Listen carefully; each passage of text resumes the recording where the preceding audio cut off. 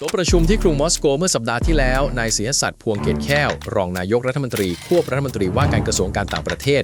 ดึงประธานหอการค้าไทยกับตัวแทนสภาอุตสาหกรรมไปนั่งด้วยทั้งชุดงานนี้ชื่อทางการคือการประชุมคณะกรรมาการร่วมไทยรัสเซียครั้งที่ 9 ที่ว่างเว้นมา 3 ปีเต็มเบื้องหน้าคือเซ็นเอกสารเตรียมจัดเวทีลงทุนรัสเซียไทยเดือนตุลาคมนี้กับเตรียมฉลองความสัมพันธ์ครบ130 ปีในปี 2570 แต่ของจริงที่อยู่ใต้โต๊ะคือการเปิดโต๊ะคุยเรื่องเขตการค้าเสรีกับสหภาพเศรษฐกิจยูเรเซีย 5 ประเทศประชากร180 ล้านคนและคำถามที่คาใจกันทั้งบ้านทั้งเมืองก็คือไทยกำลังเลือกข้างหรือเปล่าคำตอบมันอยู่ที่ตัวเลขที่รัฐมนตรีเอาไปรายงานนายกรัฐมนตรีซึ่งท่านนายกทำหน้าไม่เชื่อเลยนะฮะเพราะตัวเลขนั้นคือมูลค่าการค้าไทยกับรัสเซียทั้งปีอยู่ที่ 1.7 พันล้านดอลลาร์หรือประมาณ 58,000 ล้านบาทฟังดูเยอะไหมฮะมันเยอะถ้าเป็นเงินในกระเป๋าเราแต่ถ้าเทียบกับการค้าทั้งประเทศรัสเซียเนี่ยเป็นคู่ค้าอันดับ 36 ของไทยไม่ถึง 1% ของการค้าทั้งหมดประเทศที่ใหญ่ที่สุดในโลกโดยพื้นที่มีน้ำมันมีแก๊สมีปุ๋ยมีข้าวสาลีแต่ค้ากับเราน้อยกว่าที่เราค้ากับเพื่อนบ้านหลายเจ้าเสียอีกตัวศรีศักดิ์เองเล่าว่าพอเอาเลขนี้ไปวางตรงหน้านายกท่านก็ทำหน้าประมาณว่าเอ๊ะแค่นี้เองเหรอเพราะศักยภาพที่เรามีมันมากกว่านี้เยอะนี่แหละคือโจทย์ที่คณะไทยหอบขึ้นเครื่องไปมอสโกทีนี้ทำไมต้องเป็นตอนนี้และทำไมต้องเป็นคนนี้ลองย้อนดูลำดับการประชุมชุดนี้กันหน่อยคณะกรรมาการร่วมไทยรัสเซียตั้งมาตั้งแต่ปี 2536 ตามหลักควรประชุมกันทุก 1-2 ปีแต่ของจริงคือครั้งที่ 5 ประชุมที่มอสโกปี 2553 ครั้งที่ 6 ปี 2558 ครั้งที่ 7 ปี 2561 ที่กรุงเทพแล้วครั้งที่ 8 ปี 2566 ที่กรุงเทพอีกรอบโดยมีนายดอนประมัติวินัยเป็นประธานร่วมฝ่ายไทยเสร็จปุ๊บเงียบไป 3 ปีกว่าไม่มีใครกล้าขยับเพราะสงครามยูเครนกำลังร้อนใครเดินเข้ามอสโกช่วงนั้นคือโดนกล้องส่องหมดแล้วครั้งที่ 9 เนี่ยต่างจากทุกครั้งตรงระดับของคนครั้งก่อนๆฝ่ายรัสเซียส่งรัฐมนตรีอุตสาหกรรมบ้างรัฐมนตรีพัฒนาตะวันออกไกลบ้างฝ่ายไทยก็ส่งรัฐมนตรีต่างประเทศธรรมดา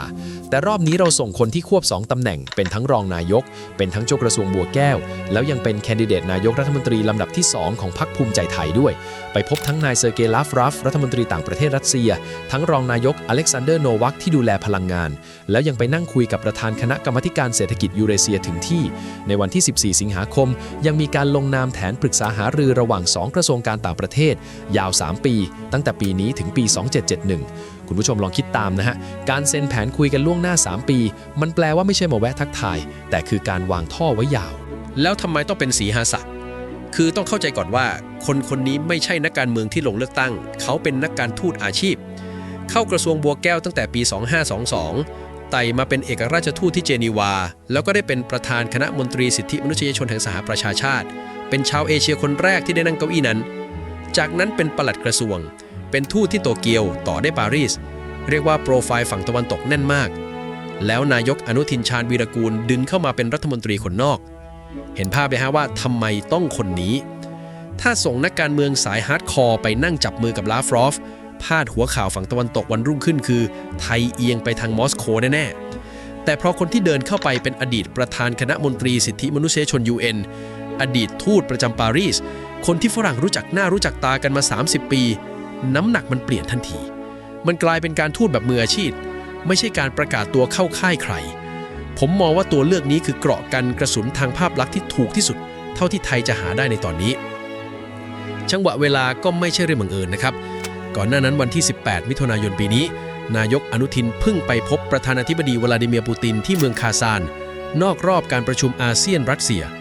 ตรงนั้นแหละที่รับหลักการกันไว้แล้วว่าจะเดินหน้าเรื่องเขตการค้าเสรีทริปมอสโกรอบนี้ก็คือการลงมือทำต่อจากที่ผู้นำจับมือกันไว้เพราะเป็นเรื่องที่คาอยู่นานกว่านั้นคือดีลที่ค้างมาตั้งแต่ปี 2561 ย้อนกลับไปวันที่ 19 พฤศจิกายน ปี 2561 ที่กรุงเทพไทยเซ็นบันทึกความร่วมมือกับคณะกรรมาการเศรษฐกิจยูเรเซียเป็นครั้งแรกฝ่ายไทยคือรัฐมนตรีพาณิชย์ในตอนนั้น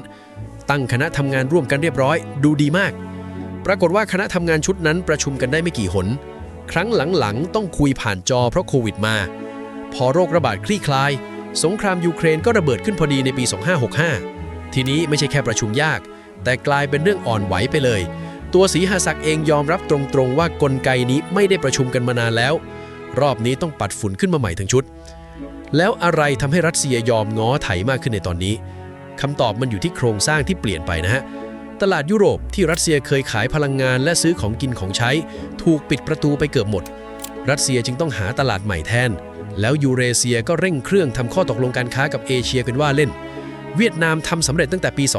2559 การค้าโตจากราว 4,000 ล้านดอลลาร์ขึ้นมาเป็น 5.6 พันล้านดอลลาร์ในปีที่แล้วโตเท่าตัวใน 10 ปี ที่สดกว่านั้นคืออินโดนีเซียเพิ่งลงนามข้อตกลงเต็มรูปแบบไปเมื่อวันที่ 21 ธันวาคมปี 2568 ที่เมืองเซนต์ปีเตอร์สเบิร์กใช้เวลาเจรจา 2 ปีฝั่งยูเรเซียเปิดสิทธิพิเศษทางภาษีให้ครอบคลุมกว่า 90% ของรายการสินค้าคุณผู้ชมเห็นอะไรไหมครับเพื่อนบ้านเรา2รายเดินไปก่อนแล้ว1รายเก็บเกี่ยวมา10ปีอีกรายเพิ่งเซ็นสดๆร้อนๆถ้าไทยยังนั่งเฉยสินค้าเกษตรและอาหารของเราที่ชนกับเวียดนามและกับอินโดนีเซียอยู่ทุกตลาดจะเสียเปรียบเรื่องภาษีในตลาด180ล้านคนนี้ไปเรื่อยๆนี่คือแรงกดดันจริงที่ทำให้ไทยต้องขยับไม่ใช่เรื่องอุดมการณ์อะไรเลยส่วนไทยเรามีของที่รัสเซียอยากได้ไหมมีสิเรามีทำเลเป็นประตูเข้าอาเซียนแล้วเรายังมีนักท่องเที่ยวรัสเซียปีละเกือบ 1.9 ล้านคนเม็ดเงินราว 124,000 ล้านบาทภูเก็ตกับพัทยาเนี่ยพึ่งตลาดนี้เป็นเนื้อเป็นหนังอันนี้คือของในมือที่เราวางบนโต๊ะได้จริงต่างฝ่ายต่างมีของมาแลกแต่พอถึงจุดที่ต้องจ่ายตังค์กันจริงๆนี่แหละปัญหามันโผล่ลองนึกภาพง่ายๆนะฮะเวลาแบงก์ไทยจะโอนเงินไปแบงก์ต่างประเทศมันไม่ได้ขนกระเป๋าเงินสดขึ้นเครื่องบินมันส่งเป็นข้อความยืนยันผ่านระบบกลางระบบหนึ่งที่ทั้งโลกใช้ร่วมกันเหมือนไปรษณีย์กลางของวงการแบงก์ทีนี้ตั้งแต่เดือนมีนาคมปี 2565 แบงก์รัสเซียส่วนใหญ่ถูกตัดออกจากไปรษณีย์กลางนี้พูดง่ายๆคือส่งจดหมายไม่ได้โอนเงินหากันไม่ได้รัสเซียเลยงัดระบบสำรองของตัวเองที่สร้างไว้ตั้งแต่ปี 2557 ขึ้นมาใช้แทนตอนนี้มีสถาบันการเงินและบริษัทหลายร้อยแห่งใน 20 กว่าประเทศเชื่อมเข้าระบบนี้แล้วพอในข้อความที่แชร์กันบอกว่าไทยต้องการระบบชำระเงินทางเลือกที่ไม่ถูกใช้เป็นเครื่องมือทางการเมืองมันก็คือการพูดถึงเรื่องนี้แหละแต่ตรงนี้แหละที่เป็นทุ่นระเบิดเพราะทางการสหรัฐออกประกาศเตือนไว้ตั้งแต่ปลายปี 2567 ว่าแบงก์ต่างชาติที่ไปเชื่อมระบบสำรองของรัสเซียเนี่ยถือเป็นสัญญาณอันตรายและมีคำสั่งพิเศษที่เปิดทางให้ลงโทษสถาบันการเงินต่างชาติที่ทำธุรกรรมกับฝั่งอุตสาหกรรมทหารรัสเซียได้โดยตรงโทษมันไม่ใช่ปรับเงินเฉยๆนะครับถ้าโดนหนักคือถูกตัดขาดจากระบบดอลลาร์ซึ่งสำหรับแบงก์พาณิชย์ไทยที่ต้องเคลียร์เงินค่าส่งออกทั้งประเทศเป็นดอลลาร์ทุกวันมันคือโทษประหารไม่มีแบงก์ไหนกล้าเสี่ยงหรอกฮะต่อให้รัฐบาลขอแล้วรัฐบาลจะทำยังไงเท่าที่ฟังจากปากของตัวสีหสังเองเขาไม่ได้บอกว่าจะพาแบงก์ไทยกระโดดเข้าระบบรัสเซียเขาบอกว่าจะให้ธนาคารกลางของ2ประเทศไปคุยกันหาช่องทางที่ถูกต้องและไม่เสี่ยงสังเกตคำนะฮะถูกต้องกับไม่เสี่ยง2คำนี้คือการบอกฝั่งรัสเซียไกลๆว่าเราเอาด้วยเรื่องการค้าแต่เราจะไม่เอาหัวไปหลอดบ่วงถ้าให้เดาทางเทคนิคที่พอเป็นไปได้ผมว่ามันมีอยู่ไม่กี่ทางหนึ่งคือชำระเงินด้วยสกุลท้องถิ่นแบบบาทกับรูเบลตรงๆผ่านบัญชีพิเศษไม่ต้องแวะดอลลาร์ทางที่2คือใช้แบงก์เฉพาะกิจหรือแบงก์เล็กที่ไม่มีธุรกิจฝั่งดอลลาร์เลยมาเป็นตัวรับความเสี่ยงแยกออกจากแบงก์ใหญ่ทางที่3คือค้าขายเฉพาะสินค้าที่ติดบัญชีคว่ำบาตรพวกอาหารปุ๋ยยาซึ่งกฎหมายฝั่งตะวันตกเปิดช่องด้านมนุษยธรรมไว้อยู่แล้วทั้ง3ทางนี้ใช้ได้แต่แลกมาด้วยต้นทุนที่แพงกว่าปกติและปริมาณที่ทำได้จำกัดอย่าไปคาดหวังว่ามันจะไหลลื่นเหมือนค้ากับญี่ปุ่นบทเรียนที่ควรจำคือกรณีอินเดียเขาซื้อน้ำมันรัสเซียราคาถูกเข้าไปเยอะผลคือถูกสหรัฐขึ้นภาษีสินค้าอินเดียเพิ่มอีก 25% ซ้อนของเดิมรวมเป็น 50% มีผลตั้งแต่ปลายเดือนสิงหาคมปีที่แล้วในคำสั่งนั้นยังเปิดช่องไว้ด้วยว่าจะขยายไปประเทศอื่นที่ซื้อน้ำมันรัสเซียก็ได้ขณะที่ของไทยเราเพิ่งดีลภาษีกับสหรัฐลงมาอยู่ที่ 19% แลกกับการเปิดตลาดให้เขาเกือบทั้งหมดคุณผู้ชมคิดดูสิว่าถ้าเราเผลอไปแตะเส้นแดง19กับ50เนี่ยห่างกันแค่ปากกาด้ามเดียวมาที่เรื่องเวลาบ้างจากข้อมูลบอกว่าเขตการค้าเสรีระดับกลุ่มต้องใช้เวลาอีก 1-3 ปีซึ่งพอดิบพอดีกับหมุดหมายฉลอง130ปีความสัมพันธ์ในปี 2570ฟังแล้วดูเป็นการวางหมากที่สวยงามมากแต่ผมขอเบรกนิดหนึ่งเพราะตัวรัฐมนตรีเองพูดชัดว่าต้องทำการศึกษาร่วมกันก่อนซึ่งลำพังการศึกษาอย่างเดียวก็กินเวลาเกิน1ปีแล้วจากนั้นถึงค่อยเข้าสู่การเจรจาจริงดูตัวอย่างอินโดนีเซียที่เจรจา2ปีเต็มบวกเวลาให้5ประเทศให้สัตยาบันอีกกว่าจะได้ใช้จริงก็อีกหลายปีเพราะฉะนั้นตัวเลข 1-3 ปีเนี่ยในความเห็นผมคือเวลาสำหรับเดินให้ถึงโต๊ะเจรจาไม่ใช่เวลาที่จะได้ลดภาษีจริงปี 2570 เต็มที่ที่จะได้คือภาพประกาศเริ่มเจรจาอย่างเป็นทางการพร้อมเค้ก130 ปีซึ่งในทางการเมืองก็ถือว่าคุ้มแล้วสำหรับรัฐบาลที่ต้องการผลงานด้านต่างประเทศแล้วตลาด180ล้านคนเนี่ยมันจริงแค่ไหนอันนี้ต้องดูแผนที่กันหน่อยใน5ประเทศนั้นมีรัสเซียประเทศเดียวที่มีทางออกทะเลเปิดที่เหลือทั้งเบลารุสอาร์เมเนียคิริกิสถานคือแผ่นดินล้วนส่วนคาซัคสถานติดทะเลแคสเปียนซึ่งเป็นทะเลปิด ออกไปไหนไม่ได้ต้องต่อรถต่อรางอีกทอดทุเรียนไทยลูกหนึ่งที่จะไปถึงร้านในเมืองบิชเคกมันต้องลงเรือไปขึ้นท่าที่รัสเซียแล้วต่อรถไฟหรือรถบรรทุกวิ่งข้ามทวีปอีกหลายพันกิโลเมตรค่าขนส่งกับของเน่าเสียระหว่างทางกินกำไรหมดเพราะฉะนั้นพูดตรงๆตลาดที่จับต้องได้จริงในระยะแรกคือรัสเซียเป็นหลักอีก4ประเทศเป็นของแถมที่ต้องรออีกยาวเว้นแต่จะแก้เรื่องเส้นทางขนส่งได้ซึ่งฝั่งไทยก็เริ่มขยับแล้วนะฮะรัฐมนตรีคมนาคมเคยไปดูระบบรางของรัสเซียมาแล้วบอกว่าต้นทุนถูกกว่าของยุโรปมีการพูดถึงการชวนรัสเซียมาร่วมพัฒนาท่าเรือฝั่งอันดามันด้วยซึ่งถ้าทำได้จริงจะเลี่ยงความแออัดของช่องแคบมะละกาไปได้แต่อันนี้ยาวมากอย่าเพิ่งไปฝันไกลปิดท้ายด้วยเรื่องที่ใกล้ตัวคนฟังที่สุดคือถ้าเวทีลงทุนเดือนตุลาคมเกิดดีลแลกกันจริงคือเอาปุ๋ยกับพลังงานของเขาแลกข้าวและอาหารของเราชาวนาจะได้อะไรต้องบอกก่อนว่าปุ๋ยเป็นสินค้าที่ไทยนำเข้าจากรัสเซียมากที่สุดอยู่แล้วกว่า1 ใน 3ของที่เรานำเข้าจากเขาคือปุ๋ยและรัสเซียกับเบลารุส2ประเทศรวมกันครองตลาดโพแท้ของโลกราว 40% ไทยเองผลิตปุ๋ยเองแทบไม่ได้เลยต้องนำเข้าเกือบทั้งหมดฉะนั้นถ้าตกลงกันได้เรื่องปริมาณและการชำระเงินราคาปุ๋ยหน้าร้านสหกรณ์มีสิทธิ์ขยับลงได้จริงแต่ไม่ใช่พวกนี้นะฮะต้องรอรอบสั่งซื้อรอเรือรอสต็อกเก่าหมดก่อนกว่าจะเห็นในบินค่าปุ๋ยของลุงป้าที่ทำนาอย่างเร็วก็ฤดูกาลถัดไปส่วนน้ำมันหน้าปั๊มอันนี้ผมขอเบรกความหวังไว้หน่อยต่อให้เราซื้อน้ำมันดิบถูกลงราคาที่คุณผู้ชมจ่ายหน้าปั๊มมันไม่ได้ลงตามทันที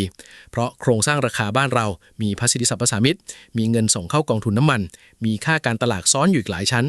ยิ่งตอนนี้ราคาน้ำมันดิบโลกอยู่แถวเกือบ$89ต่อบาร์เรลจากปัญหาแถวช่องแคบฮอร์สที่ยังไม่คลี่คลายมันเป็นแรงกดดันคนละก้อนกับเรื่องรัสเซียเลยเพราะฉะนั้นใครหวังว่าเซ็นเอกสารกับมอสโกแล้วเติมน้ำมันถูกลงลิตรละ5 บาทอันนั้นคงต้องรออีกยาว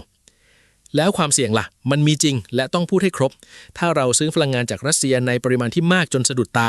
สิ่งที่อาจย้อนกลับมาคือมาตรการภาษีแบบที่อินเดียเจอซึ่งจะไปกระทบสินค้าส่งออกตัวหลักของไทยทั้งอิเล็กทรอนิกส์ยางรถยนต์อาหารกระป๋องแล้วสุดท้ายมันก็วนกลับมาที่โรงงานในบ้านเราที่ลูกหลานคุณผู้ชมทำงานอยู่ของถูกที่ได้มาอาจไม่คุ้มกับออเดอร์ที่หายไป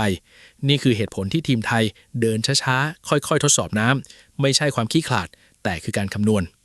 และสิ่งที่เกิดขึ้นที่มอสโกยังไม่ใช่การเซ็นเขตการค้าเสรียังไม่ใช่การเปลี่ยนขั้ว